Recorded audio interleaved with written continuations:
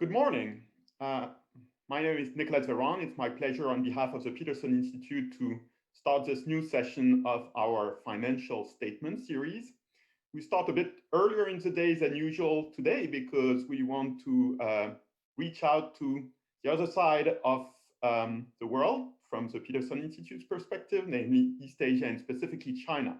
This session will be about the Chinese banking system, which in a matter of really a few years has grown into by far the largest in the world, not only more than twice as large in total assets than the US banking system, but also larger in the last few years than the entire Eurozone banking system, even if you take that as one in the context of the Eurozone new and still unfinished banking union.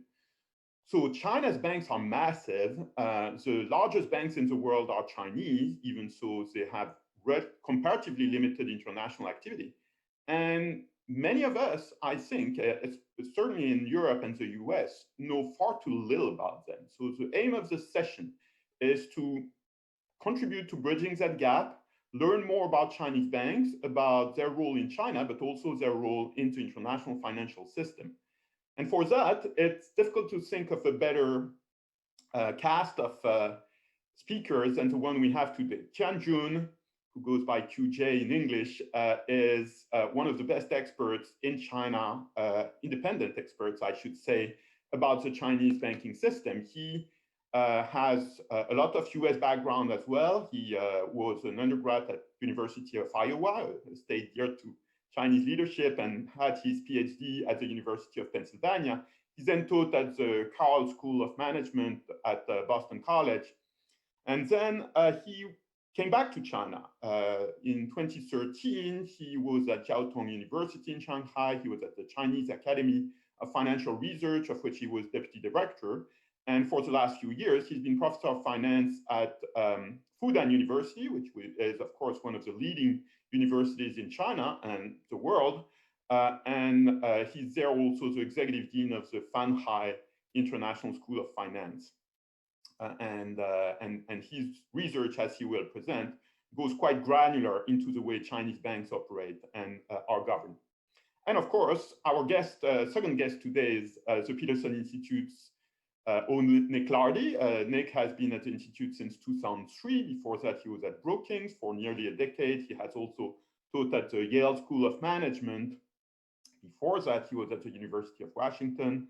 And he got his PhD at the University of Michigan. He's one of the US leading specialists of the Chinese economy, if not the leading specialist. He has extraordinary insight about the Chinese banking system and financial system more broadly. And I'm very grateful to both QJ and Nick for having accepted to participate in this session. So we'll start with you, QJ. Over to you.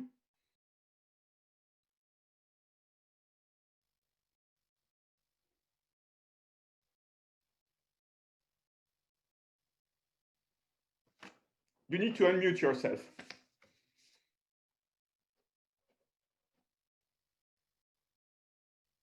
You're on mute, QJ.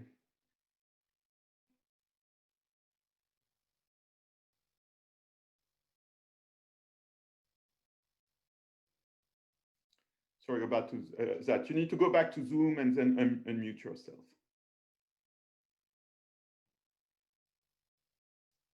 Click the Zoom icon at the bottom of your screen.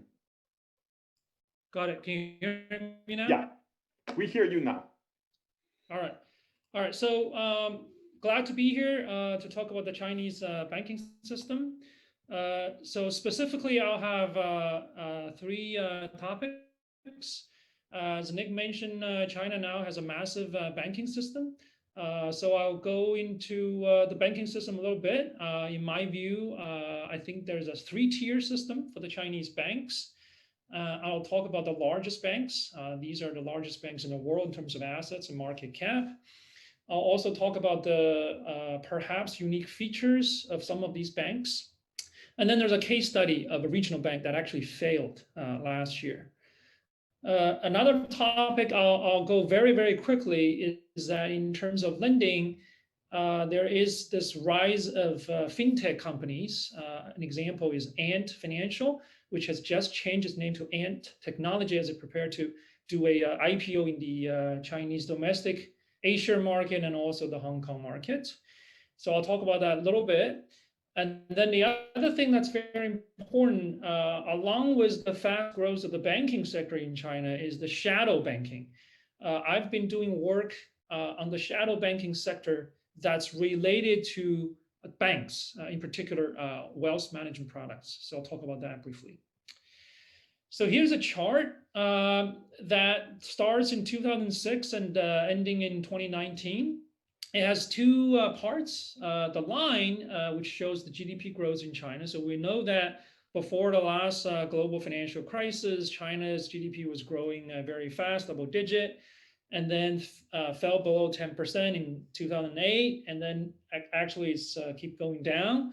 At the end of 2019, it's been around 6%. We'll see how this year it will do. On the other hand, when you see these bars, these are basically total, what's called total social fundraising of all the entities in China, government and companies. I'm not going to go through all the components of this, just pointing out that by far the largest component of society, of firms, of government raising funds in China is bank loans. That's this orange color. All right. And then there are also other related debt products. There is this gray bar called the trust loans. These are non-bank financial institutions where they don't take deposit, but they can also raise money from wealthy investors and institutions. And they also make loans, less regulated loans to real sectors. There's bonds. Corporations and governments can sell bonds to raise money. And also equity, the deep blue part. So as you can see that basically this says in terms of fundraising, the domestic A-share stock market is very small in terms of fundraising. And in the US, equity financing is not as much as debt financing, but in China, as this chart shows, bank loans just dominate all other forms of financing. And this chart, as you can also see that the total fundraising level has been going up. Most of that is debt, so corresponding to a drop in GDP growth, and therefore that can also explain there has been a issue about the Chinese financial system being a bit high on leverage, too much debt. All right, as I was saying, China has a three-tier banking sector. The most important part is the top tier. The big four banks. The fifth largest bank is Bank of Communications, and also there's this Postal Savings Bank, did IPO last year. These are the largest banks in the world, and China also has a few what's called policy banks. They're also very large. The second tier are what's called stockholding banks. Most of these banks are publicly listed. I serve as an independent board member on one of these stockholding banks. A particularly interesting case here is China Merchants Bank. It's in the stockholding banks group, but it has a very diverse shareholding structure, as I will show you in a minute. The third tier are what I call regional small and medium-sized banks.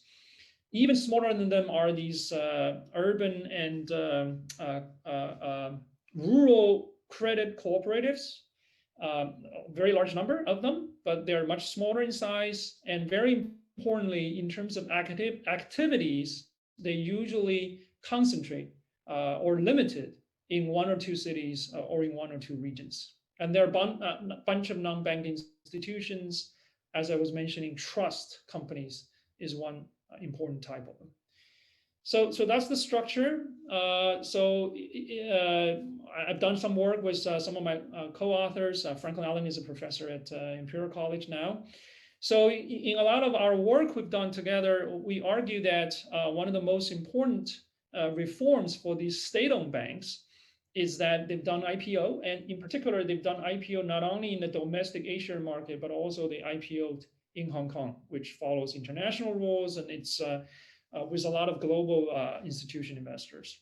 As I was saying, banks' activities both on balance sheet, heavily regulated, and off balance sheet, that's what we call the shadow banking sector, have been growing rapidly since the 2008-2009 global financial crisis. So here's a simple table at the end of last year by assets. The largest 4 banks in the world are the big 4 banks in China. The Industrial Commercial Bank of China, that's the largest, followed by the Construction Bank, Agricultural Bank, and Bank of China. And then the rest of the list, the usual suspects, we have banks from the US, Europe, and Japan. Here's another ranking in terms of market cap. The 2 largest banks at the end of last year were the US big banks, JP Morgan Chase and Bank of America. What that means is that the big Chinese banks, their valuation is not very high. So their assets are big, but their total market cap is not that big. And then you see the other banks. There's also Royal Bank of Canada coming in at number 10. Here's a very simple snapshot of ROA of these largest 9 banks here. So you can see that the big 4 banks of China are doing okay in terms of ROA, and that seems to be the trend in the last few years. So for their on-balance sheet activities, they're doing okay. Banking is still one of the most profitable sectors in all of China, financial services or the real economies. Here's a chart that shows you the stock price movement this year. So we started at the beginning of this year. So we have more or less 6 months data. As you can see, relative to the European and large European and US banks, the Chinese big 4 banks, more or less, they're very stable in terms of stock prices. So they held up the negative shock of COVID-19 reasonably well, as I was saying. So that's good. And then recently, there's been a big spike in the Chinese stock market. So overall, these large banks, the largest banks, they have performed reasonably well, both on-balance sheet assets and off-balance sheet assets. There's some risk, but overall risk is under control. This is to show you that the largest bank by assets, ICBC, it's a bank it's a listed company that's majority owned by various agencies of the Chinese government. So Huijing is a central government agency. MOF stands for Ministry of Finance. SSF, that's China's massive Social Security fund. So this is a typical structure of the largest bank that they're listed in Hong Kong, in China, but they're in Shanghai, they're majority owned by the Chinese government, central government. But as I was saying, if you look at a bank in a second tier, a stock shareholding bank, China Merchants Bank, in fact, as I was saying, the valuation, the PE for most of these large banks is pretty low. China Merchants Bank valuation is among the highest. They're doing very well. They're very innovative. So if you look at them, the 2 large shareholders are these 2 central SOEs. So the central government through the central SOE also own stakes of Merchants Bank. But the side ownership stake, and then you can see there are a host of other institutions, financial institutions from China, from Hong Kong, and so forth. So this bank is actually, it can be regarded as a widely held listed firm, which is very different from ICBC. So in my work with Franklin Allen and others, we've argued that government owning stakes in these largest financial institutions, maybe it's not that a bad of idea for emerging economy like China. So the idea is that when the government majority owns this bank, maybe they can tell the banks to pursue some important macro-prudential policies, like keep lending to real sectors during a crisis, like we've seen today. And the argument is that if you have private shareholders, that's probably more difficult to achieve. But at the same time, listing these firms in Hong Kong was under the monitoring of global institutional investors. We know that when ICBC did its IPO in 2005, a consortium led by Goldman Sachs owns something like 5%, and they have a seat on the board. So that's also very important. So we mix this argument. We say that maybe what you see in China's large banks, it's not so bad. The largest banks are majority owned by the government for stability reasons. And then if you look at the second tier and third tier banks, at least as seen by China Merchants Bank, the ownership structure is more diverse. So with that structure, you have banks are very much market oriented, but the systemic risk of these very large institutions is under control by the government agencies. So here's a very well-known case last year. This bank, it's called Baozhen Bank, headquartered in Inner Mongolia. Baotou is the city. So in May of last year, the Banking Regulatory Commission announced that it's going to take over this failing bank for a year. In fact, earlier this year on April 30th, a new bank emerged. It's called Mengshang Yinghang. Meng stands for Inner Mongolia. So it's taken over the majority parts of the activities which are in the region, in the province of Inner Mongolia. I actually taught this case in my class. There are a number of reasons for the failure of Baozhen Bank. One important thing is that it operated in a region where economic growth hasn't been that stellar in recent years. Local government has a lot of debt. Its credit risk accumulated over the years that led to the failure of the institution. In addition to this, actually going back to 1998, there was this Hainan Development Bank failed. It was taken over by ICBC. Same year last year, there's another bank based in Liaoning province. Again, Liaoning province in the northeast region. That's a region that economic growth-wise, it's not been doing that great. Actually, there's also a migration of population outside of these provinces to other parts of China. So Bank of Jinzhou failed, and it was also restructured. So in terms of financial risk, what's important is that by design, because these banks operate in one or two regions, focusing on several cities, if you look at the data information, their activities and also capital flows typically concentrate in these regions. So when they fail, there isn't a whole lot of worry about contagion risk. And the other thing is that they're not that big. Okay, so these cases might pop up one or the other over a course of a year. As of now, it's been manageable risk. This is comparing NPLs over loans for four big economies. So we see that in India, these NPLs are spiking. China, US, and Japan seems to be pretty steady in recent years. If you look at NPL up to this year, this is over GDP, there is a spike in the first 6 months of this year, not surprisingly. But the level, which is about 1.4%, this is for all listed banks of GDP. So that's not a very high level. All right. Very quickly, fintech, large fintech companies, they all have what's called an ecosystem. So Ant Financial, as we know, that they're affiliated with Alibaba. Alibaba has a payment, Alipay, and they have platforms, Taobao selling stuff. And then on top of that, they have Ant Financial, which basically uses the data to process risks of small businesses.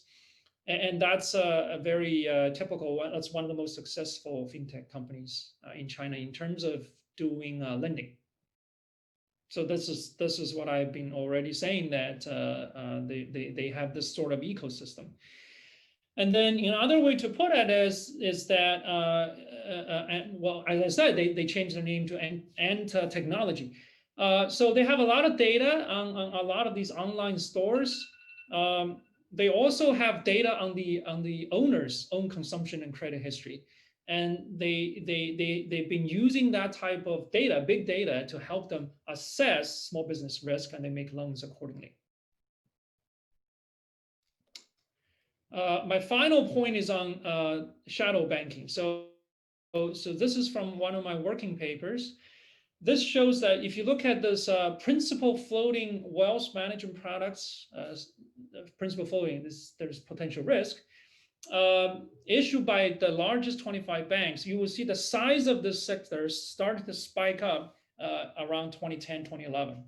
So that's kind of interesting. And we argue that there are two factors leading to the spike of this sector starting in 2010. One is shown by this graph, that in the last crisis, China instituted a massive stimulus, 4 trillion yuan, but about 3 trillion yuan stimulus was in the form of newly issued bank loans, and hence the spike in terms of newly issued loans over GDP in 2009.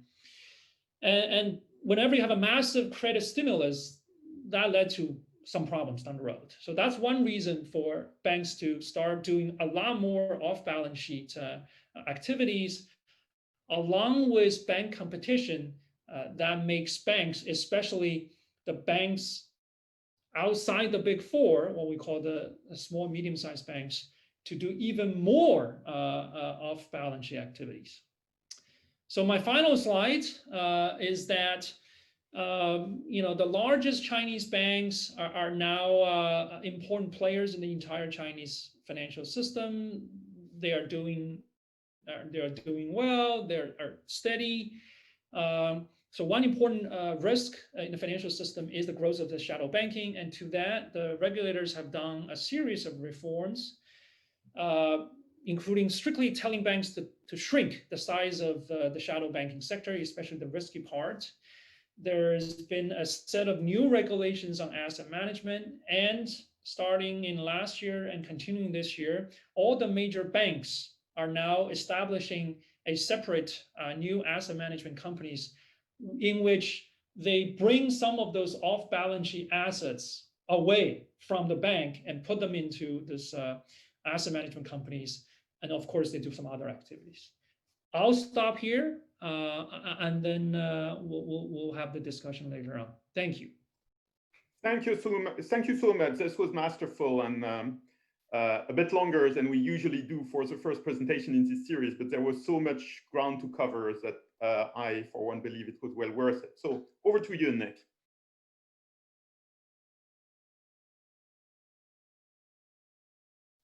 You also need to unmute. Yeah, thank you, Nicolas. I'm going to focus primarily on the impact of the slowdown in China on the banking system. I'm going to look at some positives and some negatives. And I think the most important positive thing to start with, which is consistent with QJ's assessment that the banks are in reasonably good shape, China is the first major economy to begin to recover. It began to recover fairly strongly in the second quarter. I think it will improve further in the third and fourth quarter, and we'll be looking at growth that's in the neighborhood of 2 to 3%, which is going to be much higher than any other major economy. So I think this kind of V-shaped recovery is positive for the profits of the economy, the corporate sector. And so I think the problem of NPLs will not explode. I don't think we're going to have massive bankruptcies on the scale that we might have in some other advanced economies. We saw in May, for example, we had the first year-over-year profit expansion in China since the COVID crisis. Profits up 6% on a year-over-year basis. I think that will strengthen as we go through the balance of 2020. So I think that's a fundamental factor that will be positive for the financial system in China. I think on the other hand, there are some negatives that we need to look at. And I would say one of them, and perhaps the most important one, is that I believe the authorities are in effect undermining the transition to commercially oriented banking. Some banks are further ahead on this than others, but we have seen much more control of interest rates, for example. We have new programs on forbearance on NPLs, reduced dividend payments, special targets for lending to SOEs.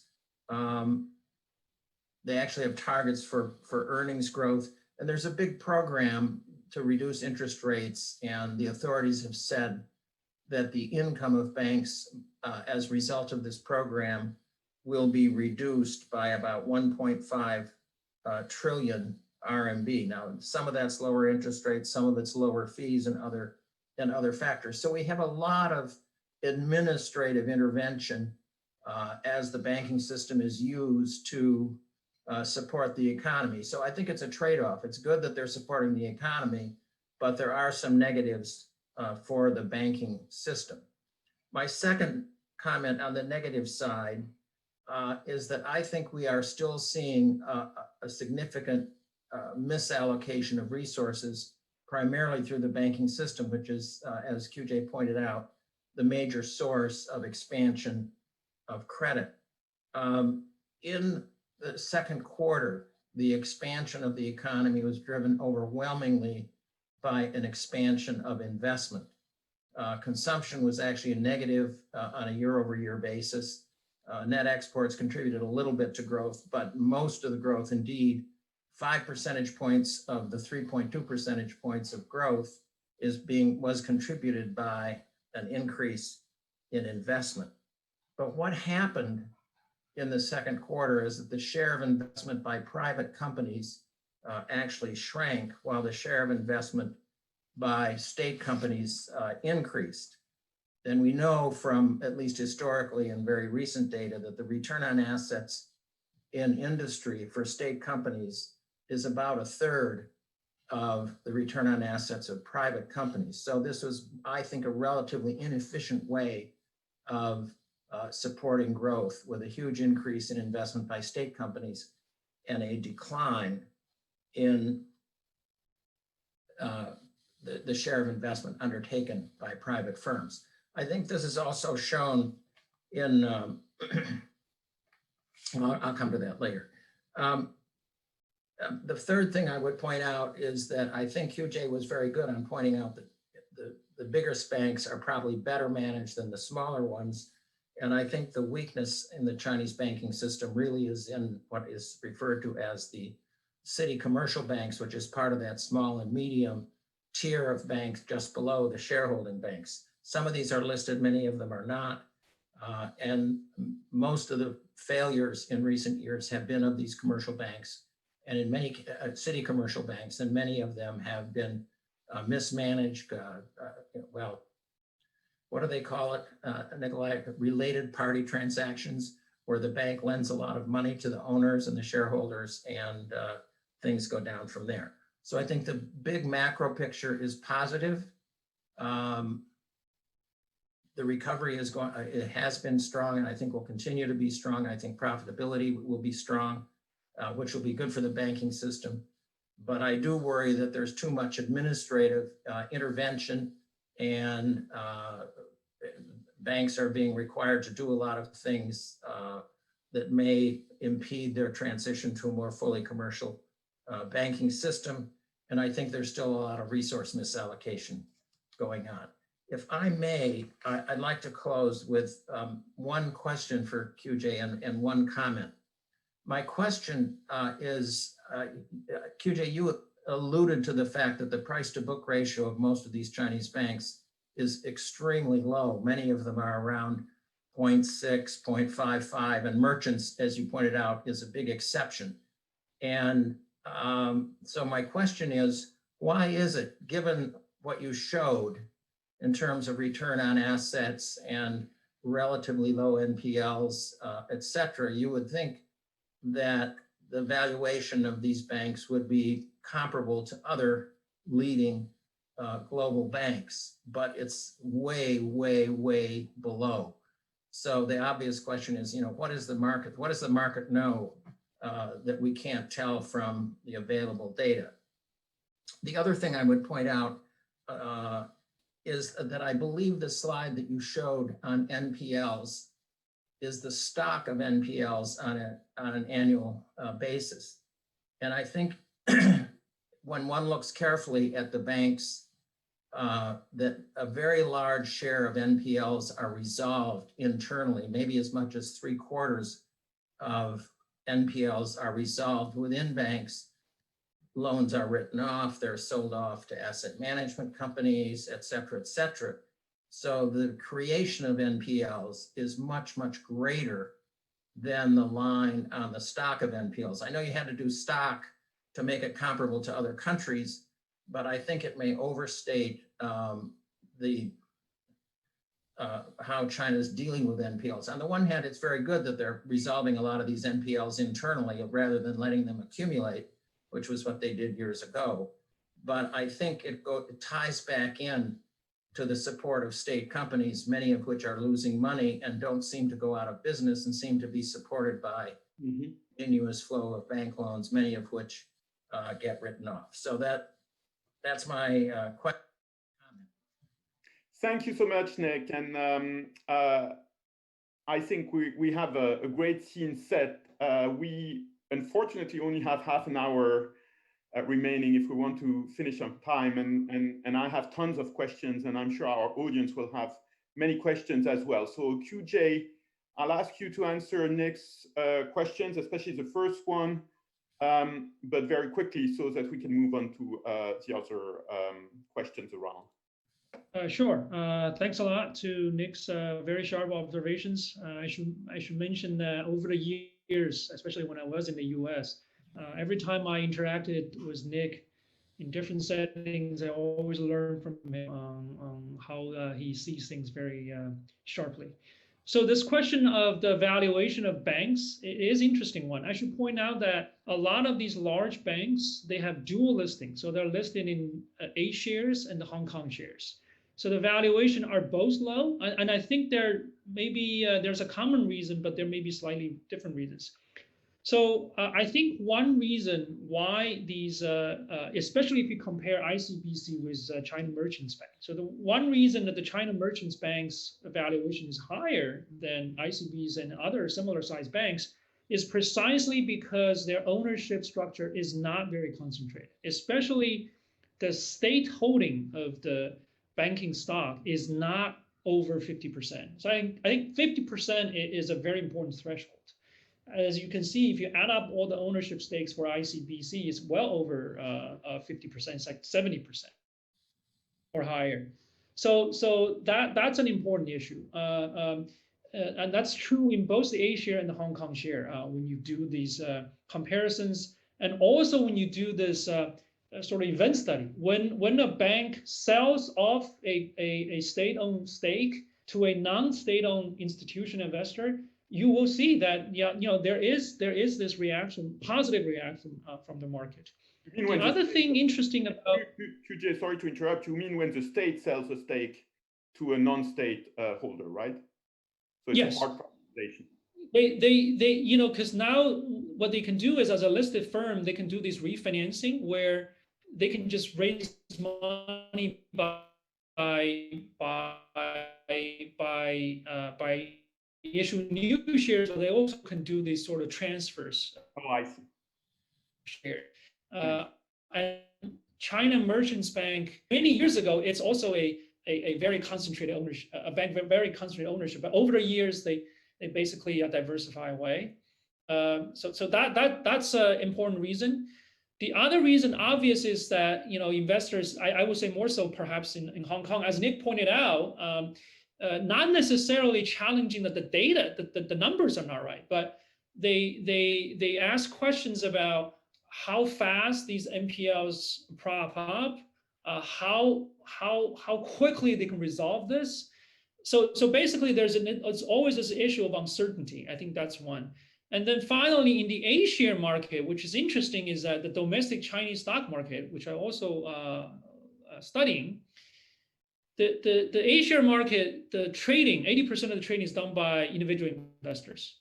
And if you ask individual investors, they'll tell you that they'll never ever play the big bank stocks because it's too big. They like to play on these smaller stocks. So the lack of trading and turnover, I would say, is another reason that these big bank stocks basically stay there. They don't move much. That's very interesting, and it also I'll stop here. It challenges a view which, as you know, is very widespread in the US in particular, which is, there's no such thing as a private sector Chinese bank. The governance comes from the Communist Party anyways. All these banks have Communist Party cells. But what you're telling us is that the ownership structure actually matters for the governance and the risk management. So can you, I mean, without entering into any, difficult stuff, but can you give us a sense of the way technically private sector majority-owned banks can basically not be driven by guidance from the Communist Party or the central government in terms of their lending? So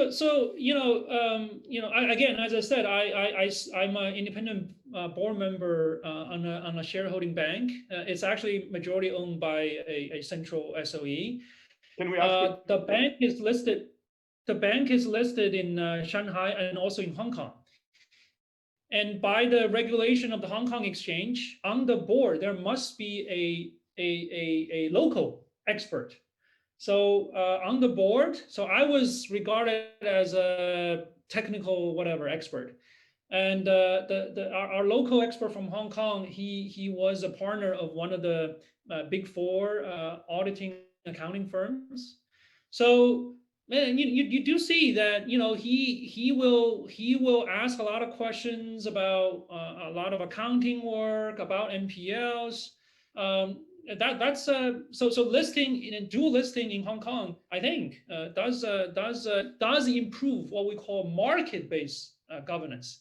I mean, I would say these government-appointed officials, a lot of them are quite capable, but if most of the time you only deal with SOEs and officials, I mean, your sense of how the market works is not as strong as compared to if you keep listening to global institution investors, if you're listening to investors who is very familiar with how the global commercial banks operate. So definitely there's an aspect of that. I've got a question from Marcel Magnus in the Q&A. Actually, it's two questions. So I'll start with the first question, which is a factual one. Can you give us a sense of the three? So there are three tiers, right? You said the big 4 or 6, medium range like China merchants, and the smaller banks. In terms of, say, total assets in the system, can you give us a sense of the respective shares of those three tiers? Sure. I don't, maybe Nick knows that better. So one of the important thing is that the banking sector, it has been getting more diversified. So I know that if you look at maybe 20 years ago, the big 4 banks assets-wise will be something like 3/4 of the entire banking sector, maybe even higher. I think today, or the last few years, I would say the big 4 should be below 50%. Exact number, I'm not sure. So certainly there's growth of smaller banks, but two sides to the coin. As we've been discussing, if I were to evaluate the safety of the banks, I would say the top 2 tiers are overall in good shape. It is smaller regional banks that are riskier. Some of that are due to the fact that they're limited to these regions, which are not growing very fast, but also for sure, as Nick pointed out, it's also related to poor management of the banking assets and banking activities. And precisely related to that, can you give us a sense? So tier 2 and tier 3 together are about 50% of the total, but how do they compare respectively? Is it like? I would say that, again, that's a very good question. I would say the second tier, maybe another, maybe half of the 50%, and that would be my guess. So again, if you look at the third tier, the number of institutions is much larger, but they're just much smaller. And if we look at the banking piece of the fintech world, so as you showed us very quickly, Alibaba, Tencent, and others now have banking arms like My Bank and WeBank. And these are growing pretty fast, but how big are they compared with the three-tier structure? Are they still completely negligible, or are they becoming significant? That's a wonderful question. I would say for the segment of the lending market, they have become quite important. So as you know, Ant Financial and technology, their lending customers are small and tiny companies. A lot of them are these online shops. Okay. So interestingly, a lot of their, the numbers I've seen from Ant Technology is that they have this number, something like more than 90% of the tiny firms, when they first get credit from Alibaba, from Ant, they have never got any money credit from the banking sector. So basically, they're the tail that was not served very well by the traditional banking sector. And that's sort of the clientele base for Tencent's banks but because this tail in China was a large economy, the overall size of this market is very big. That, and along with individual consumer lending, that's also a very large. So individual loan is very tiny, but if you look at the overall size, it's not small. So in terms of making loans to these tiny companies, they are now very important. So the numbers are always hard to compare, but because if you look at the big four banks, they also have, they out of themselves and also out of advice from the regulators, they also try to lend to SMEs. They all have this a department called SME lending. But usually the SME, even the SMEs in their lending pool are firms larger than these tiny firms who got money from Ant and Tencent. And by the way, I think that's pretty comparable with what you see in Europe and the US, whereas the very largest banks are generally not the one that lend to SMEs. So here, China is not unique. The other question that Marcel asked is on bank failures. And you mentioned Baozhen Bank, and there have been a few others.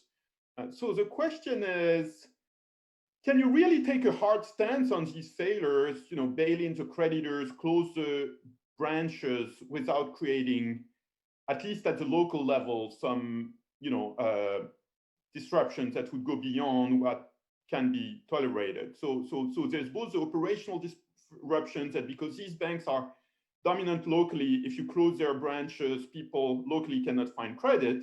So that's a debate we have in Europe. We call that critical functions. There was a lot of controversy in Italy and things like that. And then there is the bail-in contagion, because I understand that at least some senior creditors, if I'm correct me if I'm not, of Baozhen Bank were haircutted. They lost money on their credit on the bank, maybe not with the other cases. And you could imagine contagion effects, right? That there are plenty of other banks in which senior creditors would suddenly hike up the price of their lending, so that would create market access difficulties. So can you give us a bit more color on these bank failure management issue? Sure. So in the case of Baozhen Bank, I think the regulators were very careful. In fact, if I remember correctly, the PBOC, the central bank, and the CBRC, they've jointly held quite a few info sessions to the public, laying out the plan, where obviously they're going to guarantee the depositors to the large extent. They're going to guarantee the short-term funding and liabilities. And in the case of Baozhen Bank, it was under the custody of ICBC. So it was CBRC taking over, but basically ICBC, if I remember correctly, ICBC's Inner Mongolia branch, or one of these branches, were the holding or the custodian bank, if you will, for that year. So this is all done to make sure that there wasn't too much disruption of local credit markets and liabilities. In the case of Jingzhou Bank, that was in Liaoning province, because it's not a listed company, so the questions you ask about different classes of creditors, how they're doing, I haven't read a whole lot about it. In that case, though, it seems that the government, the local government, the provincial government is also involved.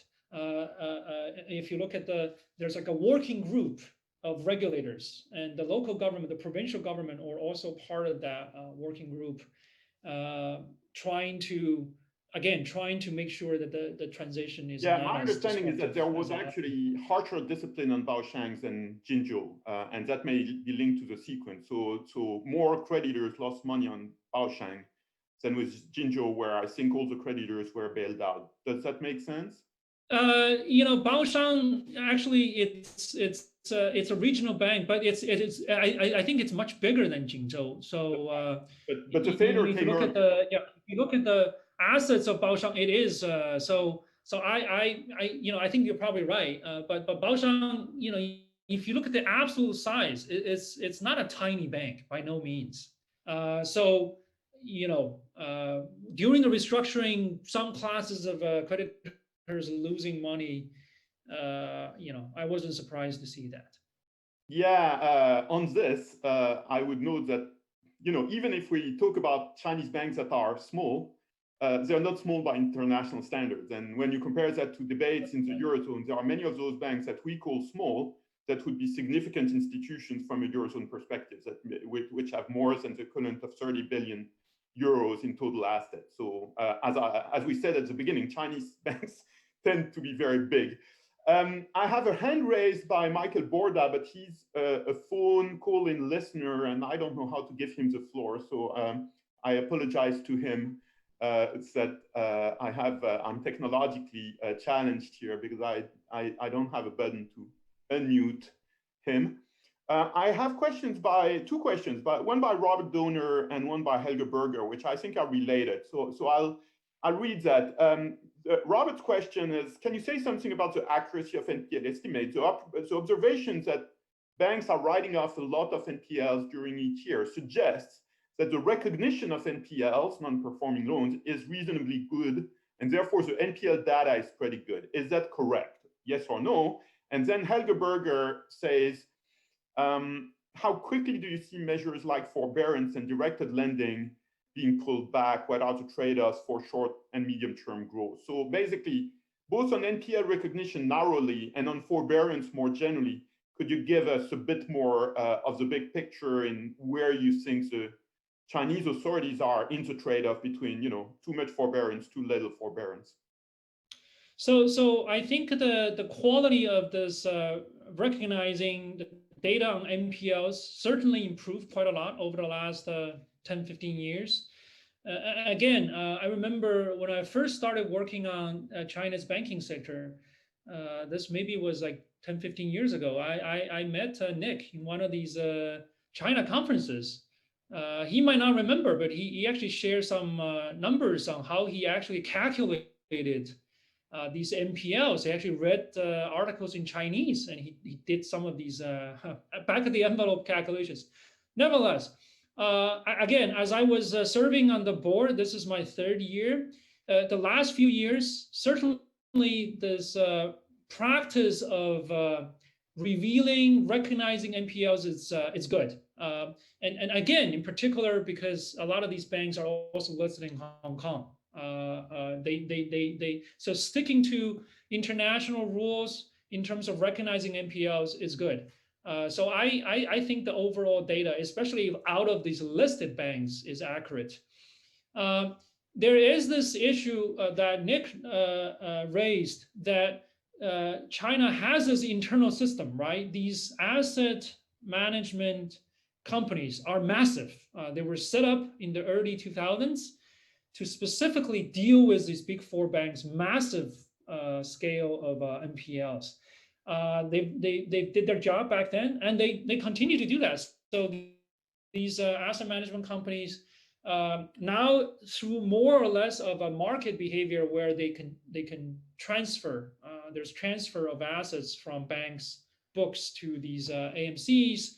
So that process is ongoing. So overall, I would say that the NPL data is accurate, especially for the. Just for clarification, at the end of your presentation, you mentioned AMCs.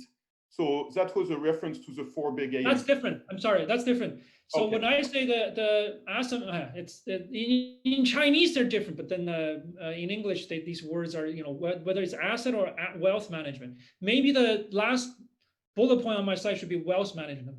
So the asset management companies were set up. The big 4 AMCs were set up to take over NPLs, bad assets, from the big 4 banks. Right. And they've been continuing doing that of the entire banking sector. So yeah, every bank can have these kind of transfers to these AMCs. The last point on my slide is that's one of the changing landscape of the banking sector, where these banks now have these, most of them are now wholly owned subsidiaries, but these are effectively wealth management companies. The big 4 banks have all set up their wealth management companies. The CITIC Bank, the bank I'm an independent board member, they set up one. It's headquartered in Shanghai. If you look at these wealth management companies, as of now, most of their products are fixed income, and then a lot of these products are related to some of these off-balance sheet activities products, including interbank products.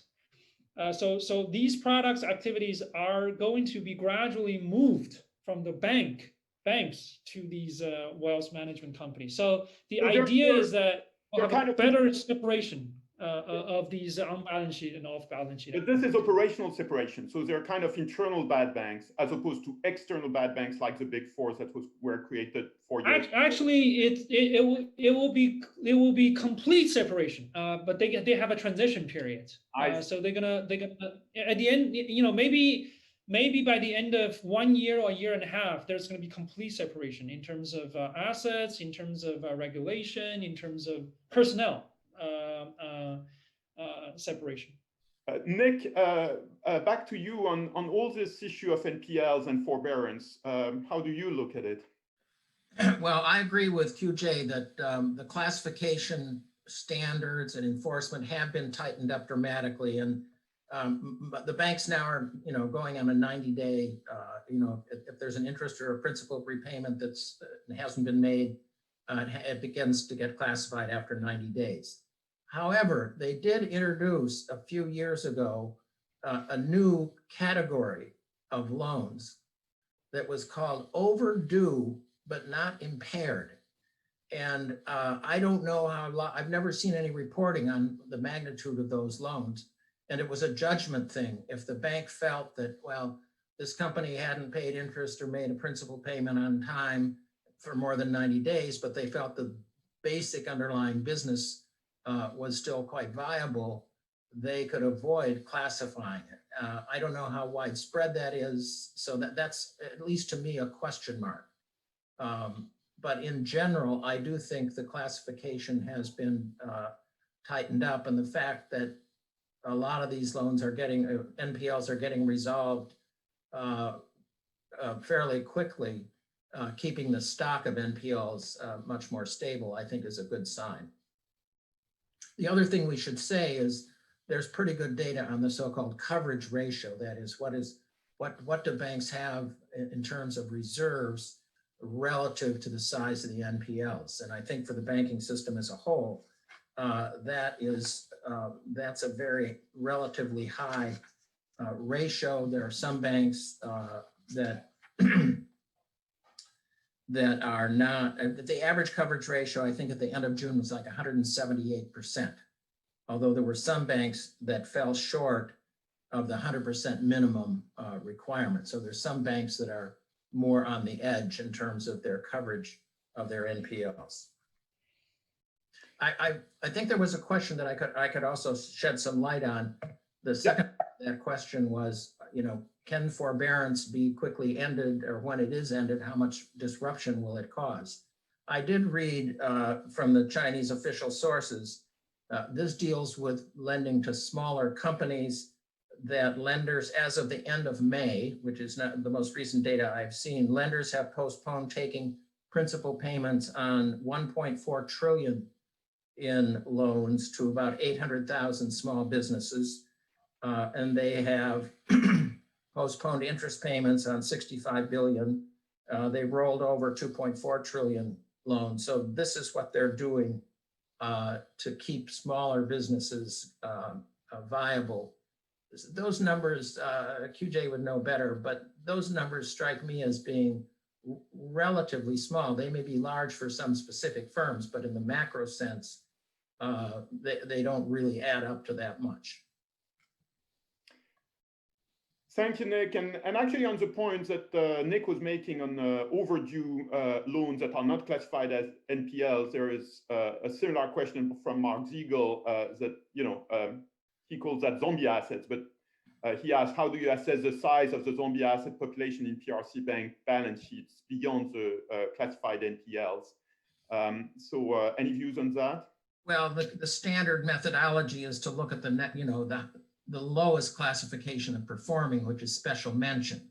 So the hypothesis is that ones that are special mention are likely to migrate to NPLs. So I don't know how accurate that methodology is, but it's used fairly widely among people that are trying to follow developments in the banking system. So they have the 5-tier classification system, and a special mention is the weakest of the non-impaired, non-NPL loans.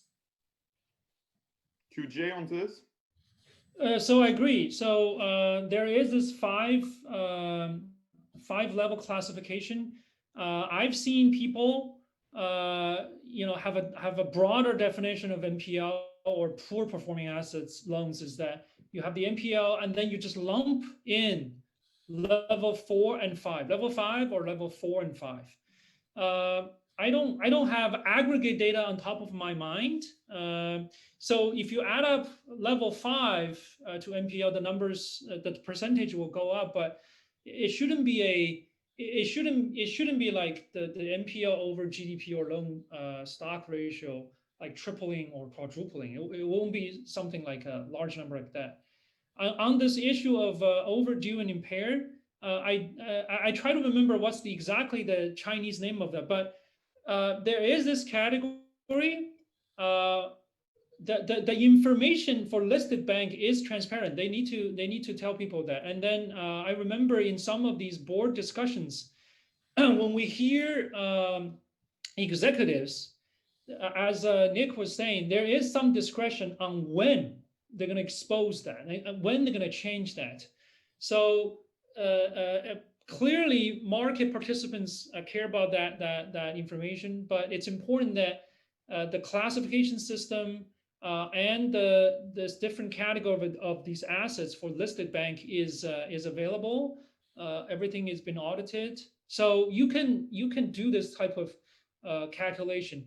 My sense is that the last 2 years, Nick, this impaired and overdue, the majority of that have been exposed. They either become NPL or somehow if they improve, so I think as of now, that category is not very significant.